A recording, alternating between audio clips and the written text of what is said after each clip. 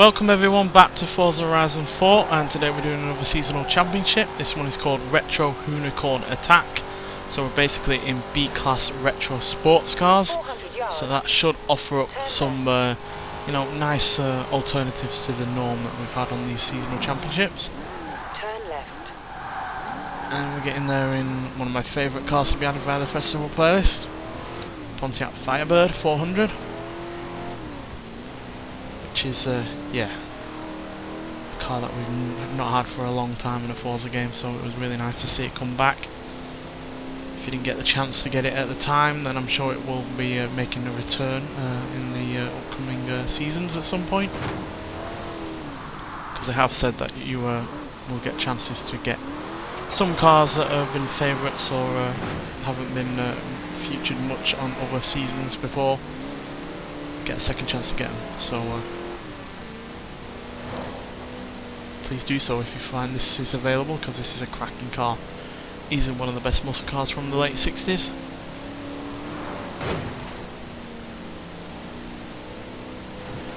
And I do hope they carry forward a lot of the cars that they've added to this game into the next Forza Horizon game, because they've made a lot of progress in terms of adding cars from Forza Motorsport 4, in terms of adding cars from other Forza games that we've not had for a while. So yeah, it's high time that we had consistency between games, not just keeping cars from previous games but also adding new ones from prior games that have yet to be added, or new cars in general to the series. Right, so let's see what races we're going to be doing and what cars we can get in. This spring seasonal will be fun. Trust me.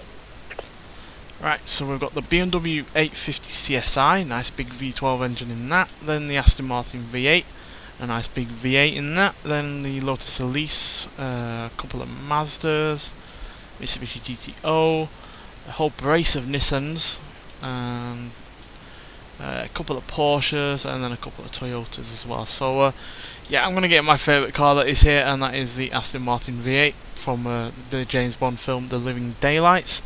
Cracking car, really did show the Americans how to do a rear-wheel drive V8 powered car in the 80s, because no American car was coming close to the amount of power and torque that this had. Yes, it's quite heavy at more than 4,000 pounds, and it's hardly all that sophisticated underneath, but it looks great, sounds great, and goes like stink. So let's see what it can do. And I think this was pretty much the third most powerful car at the time, behind only the Ferrari F40 and the Porsche 959. I'm struggling to think of many other cars that are more powerful than this. Maybe a Lamborghini Countach, but still, you're looking at a car like this being top 5, even top 10 in terms of most powerful cars at the time, which is ridiculous when you think about it, considering it's based on a car from the 60s. And yeah, like I said, it's hardly sophisticated, and yet you're nudging 180 in this. You're getting to 60 in about 5 seconds, and it's just sheer brute force over all else, quite frankly. AI traffic car getting in the way there.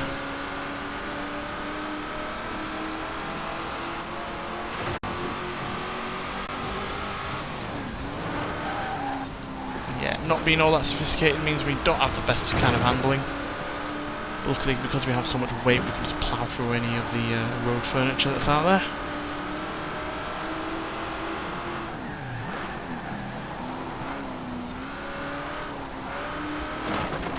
Fair bit of understeer though, because they've got such a large engine up front, and they are overall quite heavy. And at the end of the day, this is meant more for cruising than out and out blasting around a track or on normal roads. But definitely a car that can shift when you give it the time and the space. Certainly got the most power here, probably the heaviest as well.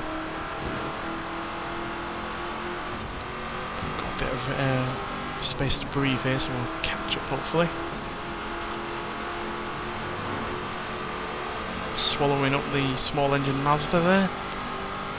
Oh, another crash. It's going to help us.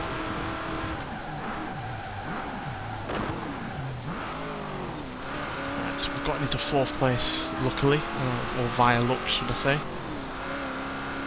Oh, the top 3 are a little bit far ahead.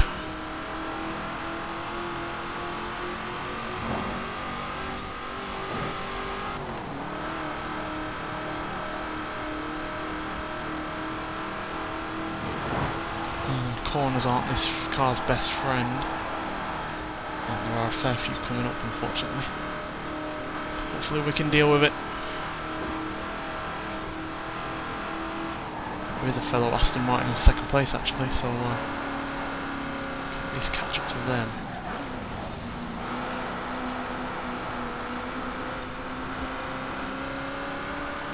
It's got so much torque in this, it's ridiculous. Even though wasn't in the best gear then, I was at low revs, still able to pull quite nicely. You won't see an American rear-wheel drive V8 engine car have this amount of power until probably a early 2000s Corvette.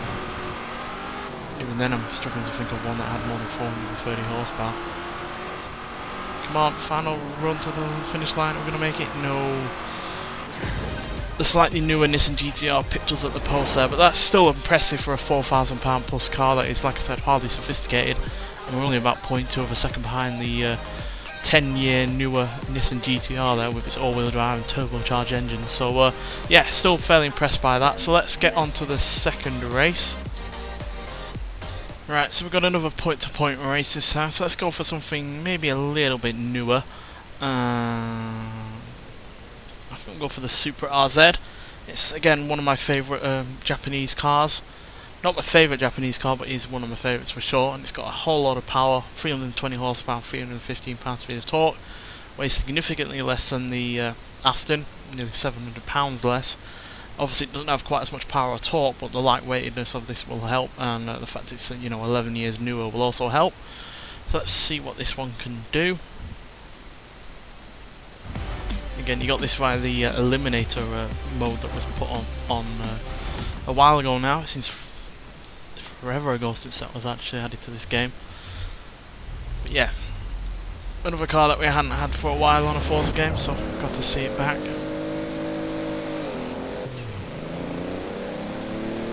Hopefully Toyota and Lexus make a big return in the next Forza Horizon game. Because yeah, Toyota and Lexus had to be added to this game after a while. Licensing issues, I imagine, or something. Because they were barely even in the previous Forza Motorsport game. So yeah, it's nice to see them make a return in this one, but I hope that we get even more from them, because yeah, plenty of cars from Toyota and Lexus that really do deserve a place on a Forza game.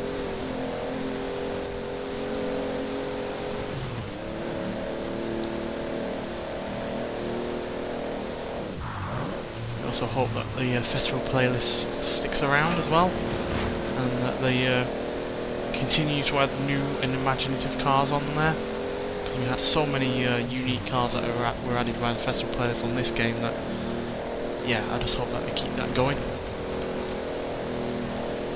Obviously we still have, a car pass that is going to be added to Forza Horizon 5, 42 cars, 2 a week I imagine, like last time.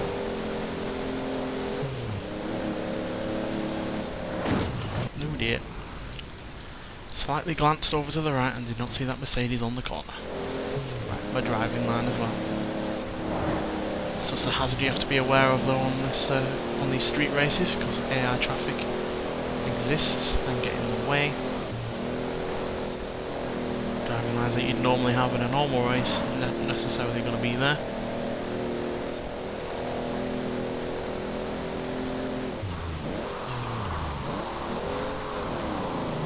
Typical Supra, likes to drift.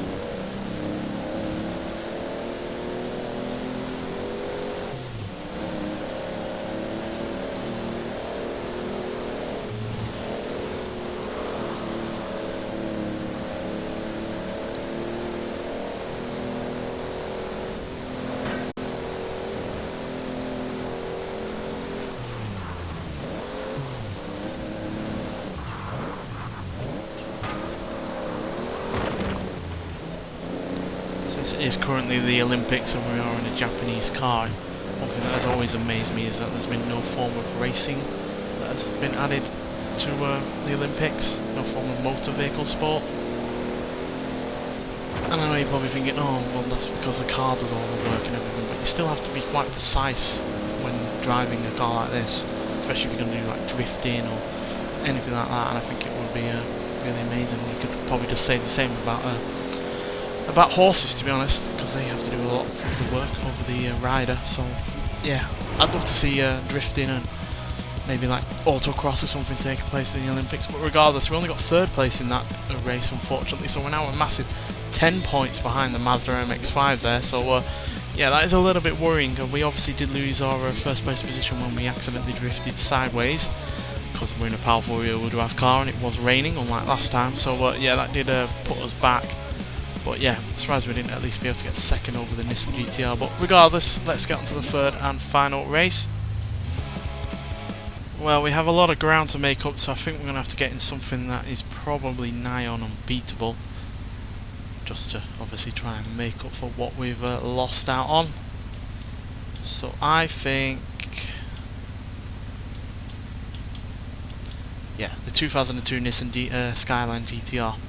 It's got 327 horsepower, so more than the Toyota, slightly less in the way of torque and slightly more in the way of weight, but it does have all-wheel drive, which makes it more stable and less likely to oversteer. And yeah, even though it's slightly heavier than the older 1997 version or even the 1993 version, it does have more power, as you can see, and more in the way of torque as well. And handling and braking seems to be better as well because it's far newer. So yeah, hopefully this will give us at least a 1st place to make up for the previous 2 losses.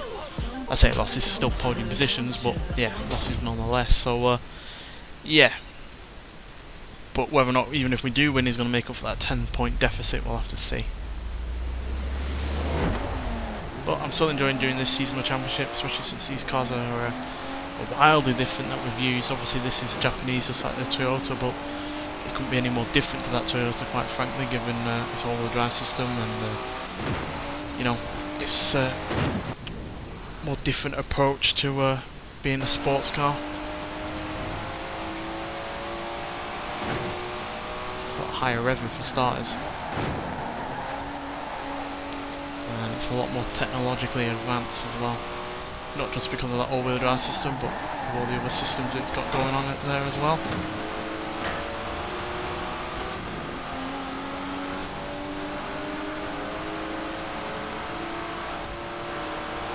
Also, it sounds better as well, to be honest.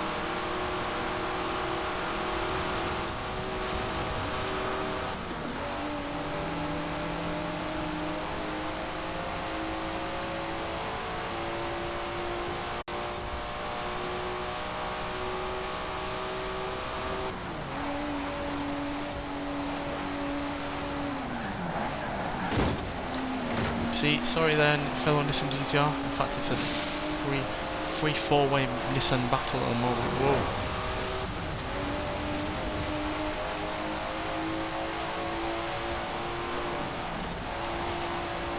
I think that's an 370Z or 350Z up front. Yeah, it is.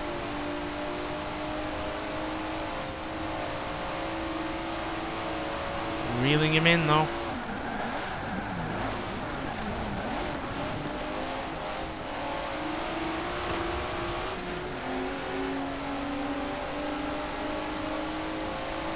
Way more power than you.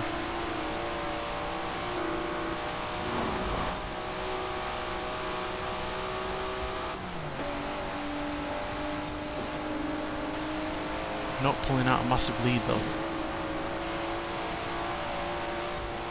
V6 engine Nissan is keeping up with us.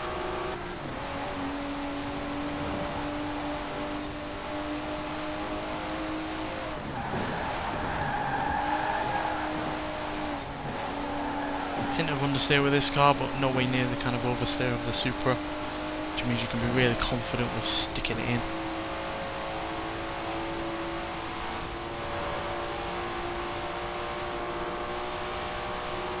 Again, that Nissan is keeping up with us.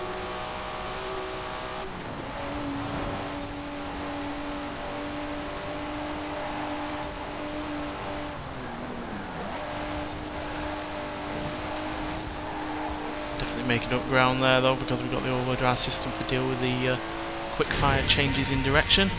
And we finally get a first place, or whether or not that's going to be enough points wise, we'll have to see. But yeah, good near couple of seconds ahead of the Fair Lady Z there, and way ahead of a fellow GTR, well, 2 fellow GTRs, and then my beloved Aston Martin. But he does give us enough points, yay! Well, that's pretty good. Obviously, we did get 2 podium positions in the previous races, so obviously that makes up for, you know, giving us far more points than we would otherwise. But yeah, definitely a first place position helps seal the deal there. But yeah, a solid seasonal championship there. Really nice choice of cars to choose from, and yeah, an enjoyable one as well, especially since street races add that additional challenge of having to deal with AI traffic as well, which, as you saw, not only caused havoc for the AI driver cars but also for me. Nonetheless, thanks for watching, and I'll see you in the next one. Bye.